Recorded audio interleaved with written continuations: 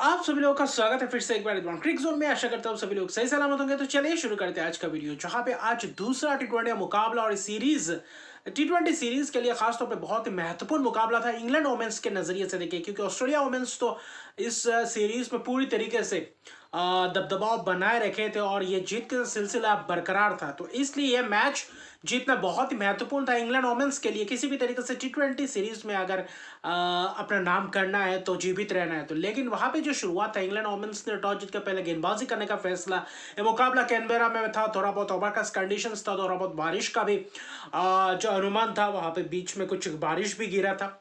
लेकिन जो path Mooney ने जो शुरुआत किया था, जबरदस्त शुरुआत और अच्छी खासी जो ओपनिंग बल्लेबाजों से आप चाहते हैं वही शुरुआत बैथ मुनी ने करके दिखाया। क्योंकि अच्छी खासी सलामी जोरी ने 47 रन की पार्टनरशिप शुरुआती क्षण में, गेंदबाजी भी उतनी खराब नहीं हुई थी फ्रेया कैंप और वही लोरेन बेल के द्वारा।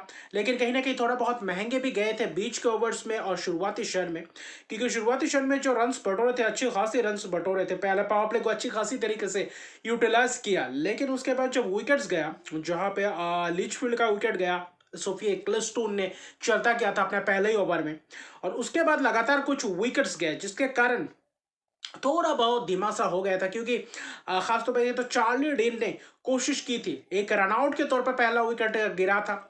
फिर वहां पे बैथ मोनी का विकेट स्टंपिंग के जरिए पहला विकेट अगर देखें तो जो विकेट सोफी एक्लिस्टोन ने लिया था, तो वहां पे कुछ वहां से हलचल मच चुका था। फिर वहां पे एलिसा पेरी और फॉब लिचफील्ड का विकेट, एलिसा पेरी कहीं ना कहीं शॉट मारने गए, टॉप एज लगा और वहां पे कहीं ना कहीं कैच दे बैठे। लेकिन वहां पे 2 रन 17 रन फॉब लिचफील्ड, लेकिन 44 रन की शानदार पारी खेली थी बैथ मुनी ने। लेकिन जो बीच के ओवर्स थे वहां पे कहीं ना कहीं आखिर में संभाला वो था एनाबल सदरलैंड, एनाबल सदर नहीं, माफ कीजिएगा, वहां पे था तालिया मैग्राथ और ग्रेस हैरिस। तालिया मैग्रेथ और ग्रेस हैरिस ने जो पारी को खत्म किया, जबरदस्त गेंदबाज हो, तेज गेंदबाज चाहे या स्पिनर्स हो, पूरी तरीके से धाबा बॉल और आखिर में पूरी तरीके से मुशक्कत करवाते हुए दिखाई दे फील्डर्स को। क्योंकि अच्छी खासी शॉट्स और शानदार ग्राउंड शॉट, शानदार गेंदबाजों को चुना और शानदार प्रहार करते हुए दिखाई दिए। तालिया मैग्राथ कप्तानी पारी, 35 गेंदों में 48 रन की नाबाद पारी, जिसमें से 8 चौके लगाए। लेकिन ग्रेस हैरिस ने लंबे लंबे कुछ छक्के लगाए, कुछ देखे तो फ्लैट चक्के, कुछ बड़े चक्के, जहां पे 3 छक्के 17 गेंदों में 35 रन की केमियो पारी। ये कहीं ना कहीं महत्वपूर्ण पारी था। और आखिर में ऑस्ट्रेलिया को फिर से एक और बार लड़खड़ाते गिरते हुए बीच में, और आखिर में जो पार्टनरशिप के 71 रन के करीब पार्टनरशिप तालिया मैग्राथ कप्तान और ग्रेस हैरिस के बीच हुआ, और वही पार्टनरशिप और सदरलैंड और मैग्राथ के बीच 40 रन के करीब पार्टनरशिप, इन दो पार्टनरशिप ने मैच का पूरा तरीके से रुख पलट दिया। खासतौर पे मैग्राथ और ग्रेस हैरिस की पारी ने, जहां पे ऐसा लग रहा था कि शायद 150-55 तक जाकर पहुंचेंगे, उसको 185 में तब्दील किया और 185 पे 5 विकेट। और तालिया मैग्राथ और ग्रेस हैरिस की फिर से एक और बार लाजवाब प्रदर्शन, इंग्लैंड वोमेन्स की फिर से एक और बार निराशाजनक गेंदबाजी प्रदर्शन, उतना खास दिखे नहीं, वो इंटेंट दिखा नहीं जो बीच में किए थे। अच्छी खासी रोक लिया था, लेकिन आखिर में वो फिनिश नहीं कर पाए जो गेंदबाजों को करना चाहिए था। सोफी एक्लिस्टोन भले ही 1 विकेट चटकाए हो, गेंदबाजी अच्छी खासी किया था शुरुआती क्षण में, लेकिन बाद में कहीं ना कहीं महंगे रहे। लोरेन बेल, नैथाली सीवरब्रांड आज भी महंगे रहे, उतना खास प्रभाव डाल नहीं पाया। अगर नैथाली सीवरब्रांड एक सीनियर गेंदबाज अगर ऐसा विकेट्स नहीं चटका पाते तो कहीं ना कहीं मुश्किलात में अपने आप को पाती है इंग्लैंड। और चार्ली डेन हालांकि 2 विकेट चटकाए 4 ओवर में 28 रन देकर एक अच्छी किफायती स्पेल किए थे, लेकिन वो भी कहीं ना कहीं ज्यादा बड़ा सारा ग्लैन भी कोशिश की थे, लेकिन फिर से वही नाकामी रहा। और 185 रन्स में कहीं ना कहीं पूरी तरीके से मैच का रुख ही पलट कर रख दिया ऑस्ट्रेलिया ने।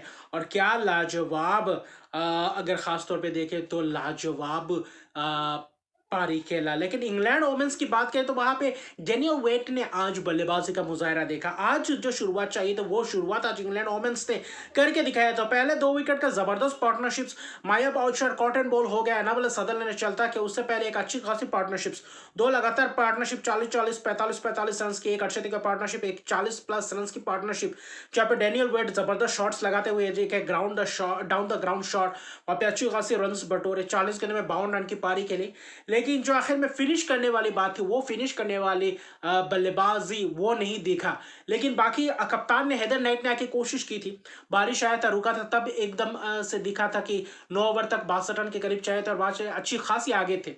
फिर बारिश थमा थमा और वहां पे फिर मैच शुरू हुआ, जहां पे वेट को मेगन शूट ने चलता कि लेकिन 8 का पारी खेल के सोफिया डांगली एक आक्रामक बल्लेबाजी कर रहे थे। नटाली सिबाब्रन एक सूझबूझ भरी पारी पार्टनरशिप बिल्डअप करने की कोशिश कर रहे थे। हीदर नाइट के साथ मिलकर एक शानदार 65 रन की पार्टनरशिप की, लेकिन हीदर नाइट का करारा प्रहार कहीं ना कहीं कप्तान ने जो 19 गेंदों में 43 रन की पारी के लिए कप्तानी पारी, लेकिन आखिर में इंग्लैंड को मैच जितवा नहीं पाया क्योंकि 2 विकेट मेगन शूट भले ही बीच में अच्छी खासी गेंदबाजी किया हो, लेकिन आखिर में जाकर आखिरी ओवर बाकी था, करीबन करीबन 5 गेंदे में 18 रन के करीब चाहिए था, लेकिन कहीं ना कहीं वहां पे मुश्किलात भरा ये मुकाबला समाप्त हुआ। और आखिर में डीएलएस के कारण, क्योंकि आखिरी 5 गेंद बाकी रहते हैं, फिर से बारिश आया, खलल डाला, क्योंकि हाथ में तो 6 विकेट्स थे, लेकिन आखिरी के कुछ ओवर्स में कहीं ना कहीं थोड़ा बहुत प्रहार किया था। 15वें ओवर में 13 रन, 10 रन, 17 रन का ओवर मेगन शूट के एक ओवर में आए थे, फिर तालिया मैकग्राथ के ओवर में 12 रन, किम गर्थ के ओवर में 10 रन, तो वहां पे कोशिश किए थे क्या आखिरी ओवर में वो 18 रन बन सकते थे, क्योंकि हीदर नाइट ने पहले ही गेंद में 19वें ओवर के पहले ही गेंद में चौका लगा दिया था, लेकिन आखिर में दुर्भाग्यपूर्ण बारिश आया और 5 गेंदों में 18 रन कोई उतना खास बड़ा टारगेट तो नहीं था, मुमकिन बड़ा था, 17-18 रन चाहिए थे, लेकिन आखिर में जाकर डीएलएस के हिसाब से ऑस्ट्रेलिया 6 रन आगे था, जिसके कारण ऑस्ट्रेलिया को जीत घोषित कर दिया गया। और ये 43 रन की जो 19 गेंदों में पारी के लिए हीदर नाइट की, वो जो 65 रन की पार्टनरशिप किए थे नैथाली सिबाब्रन के साथ, वो कहीं ना कहीं पानी फेर गया उसके ऊपर, वरना अच्छा खासा मौका था। इंग्लैंड अपना पहला जीत अर्जित करते हुए सीरीज में, एशेस में अपना पहला अंक अर्जित करते हुए, लेकिन वो नहीं हो पाया और आखिर में ऑस्ट्रेलिया 6 रन से डीएलएस के हिसाब से मेथड से जीते। और गेंदबाजी अच्छी हुई, बीच में अच्छी खासी रोका था, अच्छी खासी गेंदबाजी की थी, थोड़ा बहुत रोका था, जिसके कारण उतना रन नहीं, जिसके कारण प्रेशर हैदर नाइट्स के ऊपर आया, आते ही हल्का अलग प्रहार करते हुए दिखाई दिया। और वहां पे प्रहार करते करते वो जो 4-5 ओवर के दौरान कहीं ना कहीं 50-60 रन लिए थे, उसी ने कहीं ना कहीं मैच जीतने के कगार पर लाकर खड़ा कर दिए थे, लेकिन बारिश ने फिर से एक और बार खलल डाला, जिसमें ऑस्ट्रेलिया का साथ दे दिया और आखिर में जाकर 6 रन की एक जबरदस्त जीत और शानदार कहीं ना कहीं वो डेनियल वेट की 68 की पारी से ज्यादा 43 रन की हीदर नाइट की पारी, बहुत ही जबरदस्त उमदा प्रदर्शन देखा। लेकिन फिर से एक और बार टी20 सीरीज भी कहीं ना कहीं अपना नाम करते हुए दिखाई दिए।